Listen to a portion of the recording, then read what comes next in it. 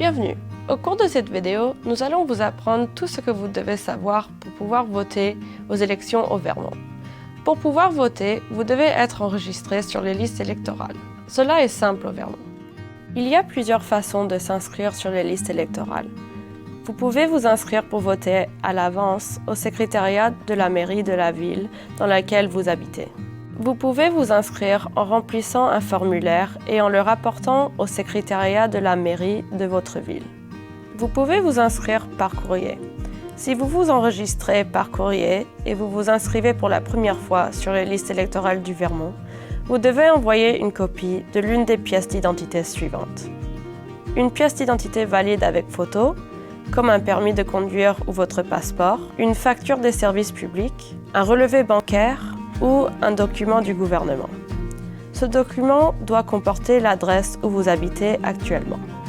Vous pouvez vous inscrire en ligne. Vous pouvez également vous inscrire sur les listes électorales le jour du scrutin, dans votre bureau de vote. Vous devrez alors vous présenter à une autre table et il se peut que cela prenne un peu plus de temps.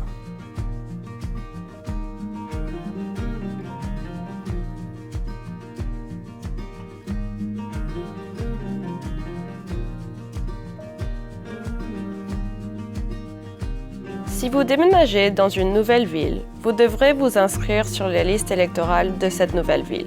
Si vous déménagez dans la même ville, vous devrez actualiser votre inscription sur les listes électorales auprès du secrétariat. Il est important de savoir que seuls les citoyens peuvent voter. Si vous n'êtes pas citoyen américain et que vous votez lors d'une élection fédérale, cela pourrait être considéré comme une infraction passible de déportation. Le serment constitue un engagement que vous ne voterez que pour ce en quoi vous croyez. Vous certifiez de ne jamais voter pour quelqu'un parce que vous avez été payé pour le faire ou parce que quelqu'un vous y force ou vous intimide. Vous devez voter selon votre conscience. Quand pouvez-vous voter? Vous pouvez voter le jour des élections. Vous pouvez également voter à l'avance au secrétariat de la mairie, jusqu'à 46 jours ou 6 semaines avant le jour du scrutin. Vous pouvez également demander qu'un bulletin de vote vous soit envoyé par la poste à votre domicile. Vous devrez vous assurer que votre bulletin de vote sera reçu au secrétariat de la mairie pour le jour du scrutin. Alors, prenez-vous-y à l'avance. Assurez-vous de savoir où se trouve votre bureau de vote. Vous pouvez poser la question au secrétariat de la mairie de votre ville. Lorsque vous arrivez, mettez-vous dans la file correspondante à votre district.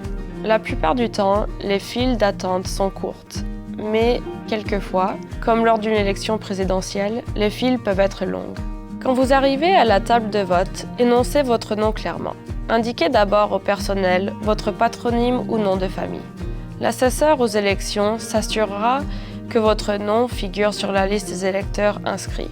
Il vous donnera un bulletin de vote en papier. Apportez le bulletin de vote en papier dans l'un des isoloirs. Il y aura un stylo dans l'isoloir pour que vous puissiez cocher votre bulletin de vote. Remplissez le cercle à côté du nom pour lequel vous voulez voter. La plupart du temps, vous ne pourrez voter que pour une seule personne, mais pour certaines élections, comme pour le Sénat du Vermont, vous pourrez voter pour plusieurs personnes. Ceci sera indiqué sur le bulletin de vote. Si vous ne souhaitez pas voter pour l'un des candidats figurant sur la liste, il y a un espace où vous pouvez inscrire le nom du candidat de votre choix, mais vous n'êtes pas obligé d'inscrire un nom. Parfois, lors des élections locales, vous devrez aussi voter sur des questions telles que l'augmentation des impôts pour les écoles. Ces questions figureront également sur le bulletin de vote, quelquefois au verso ou sur une feuille de papier séparée. Une fois que vous aurez terminé de voter, vous prendrez votre bulletin de vote et vous l'introduirez dans la tabulatrice. Un assesseur vous aidera si nécessaire. Personne ne saura comment vous avez voté. Ceci est privé. Quel est le jour des élections dans l'État du Vermont? Les élections locales pour le maire, la commission scolaire, les conseillers municipaux ou le comité des élus locaux se déroulent le premier mardi du mois de mars. Tous les 4 ans, la primaire présidentielle se déroule ce même jour. La primaire présidentielle détermine les candidats qui pourront se présenter à la présidence des États-Unis lors des élections générales. Lorsque vous demandez à voter par correspondance à l'avance ou si vous votez le jour du scrutin, on vous demandera le bulletin de vote du parti de votre choix. démocrate ou républicain. Il y aura souvent de nombreux candidats pour divers postes. Vous ne voterez pas uniquement pour le président. Les élections primaires de l'État ont lieu le deuxième mardi du mois d'août.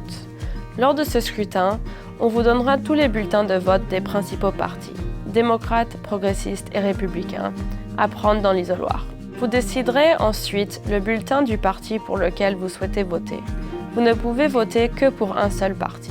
Au Vermont, les élections fédérales et les élections de l'État se déroulent le premier mardi du mois de novembre. Ces élections ont lieu tous les 2 ans.